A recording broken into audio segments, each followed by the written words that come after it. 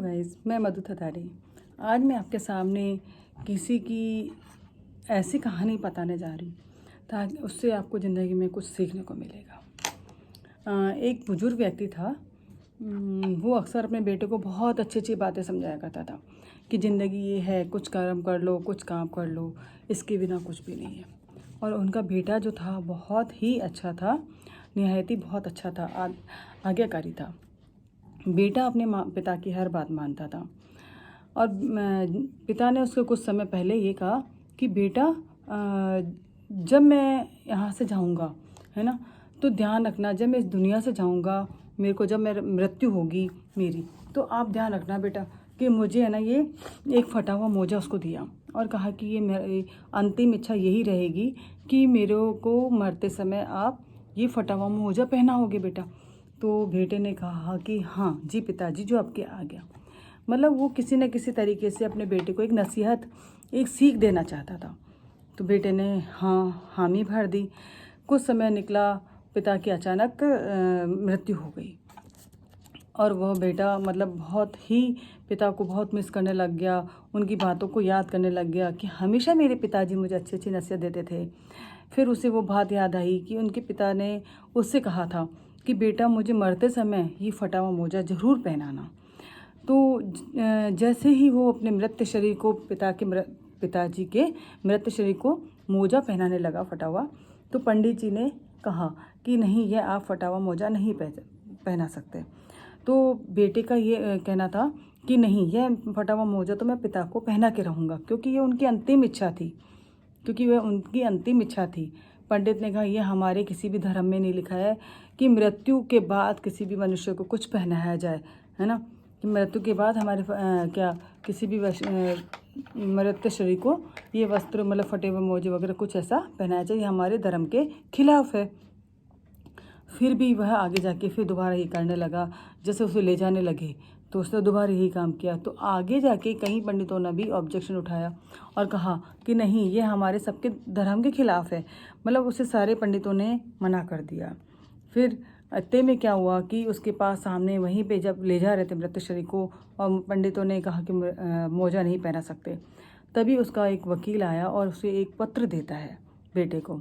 बेटे ने पूछा कि ये क्या है। उस व्यक्ति ने कहा कि ये पत्र आपके पिता ने मुझे दिया था और ये कहा था कि मेरे मरने के बाद मेरे बेटे को ये पत्र दे देना।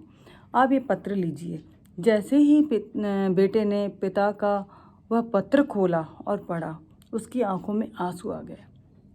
उसमें ये लिखा था कि देख बेटा, कि मेरे मरने के बाद, है ना, देखो कि मेरे पास इतने बंगले, गाड़ी, फार्म हाउस, ज़मीन, सब कुछ था, मेरे पास रुपया पैसा सब था। देखो मरने के बाद जब मैं ये नहीं लेकर जा सका तो एक फटा हुआ मोजा कैसे ले जा सकता हूँ। तो बेटे को ये कहना चाहता था कि मरने के बाद हमें कुछ नहीं लेके जाते, सिर्फ हम क्या लेके जा सकते हैं, अपने कर्म। सिर्फ हमारे जो कर्म हैं वो हमेशा हमारे साथ रहते हैं। हम जो काम करेंगे, हम जो कर्म करेंगे, उसका लेखा जोखा हमेशा ईश्वर के पास रहता है और हमें उसका सब कुछ यहीं पे भुगतना पड़ता है। हम अच्छे कर्म करेंगे तो हमें अच्छा फल मिलेगा, बुरे कर्म करेंगे तो बुरा फल मिलेगा। तो वो उसने पढ़ा और उसकी आंखों में आंसू आ गए कि बेटा, यह ध्यान रखना कि तुम किसी को जीते जी किसी को दुख नहीं दोगे और ऐसा कर्म करो ताकि तुम्हें अच्छा फल मिले और तुम्हें हमेशा सबकी दुआ मिले। कर्म ऐसा करो कि दुआ मिले, बद्दुआ ना मिले। उसने पढ़ा और यह लिखा था पत्र में कि जब तक आप जीवित हो, पैसों के लिए नहीं, अपने कर्म के लिए, अच्छे काम के लिए, अच्छी इज्जत के लिए, इनके लिए जियो। पैसा है आज और कल नहीं है, क्योंकि हमारे साथ पैसा, रुतबा, ये जो है, हम सब कुछ साथ नहीं लेके जाते, बंगला गाड़ी वगैरह। हम हमारे साथ क्या लेके जाते हैं, सिर्फ अपनी जो शोहरत है, अपने कर्म में, अच्छे कर्म में, है ना, उसी की वजह से हमें सब कुछ आगे मिलता है। तो उसके पिता ने ये सब कुछ लिख रखा था और ये कह रखा था कि 1 साल में 50 मित्र बनाना आम बात है। 1 साल में 50 मित्र बनाना आम बात है, पर 50 साल तक एक मित्र से निभाना बहुत ख़ास बात है। 1 मिनट में ज़िंदगी नहीं बदलती, 1 मिनट में हमारी ज़िंदगी नहीं बदलती, हर पल मिनट में हमारी ज़िंदगी बदलती रहती है, पर 1 मिनट सोच कर लिखा हुआ जो हमारा फैसला है, हमारी पूरी तकदीर ज़िंदगी बदल देता है वो। तो इसीलिए हमेशा ध्यान रखिए, जो हम हमारे कर्म करेंगे, हम उसी के अनुसार हमें फल मिलेगा। और कर्म ऐसा करो कि लोग आपको दुआ दे, बद्दुआ नहीं। ज़िंदगी की सच्चाई यही है कि दुनिया में कोई अपना नहीं है भाई, दुनिया में कोई अपना नहीं है भाई।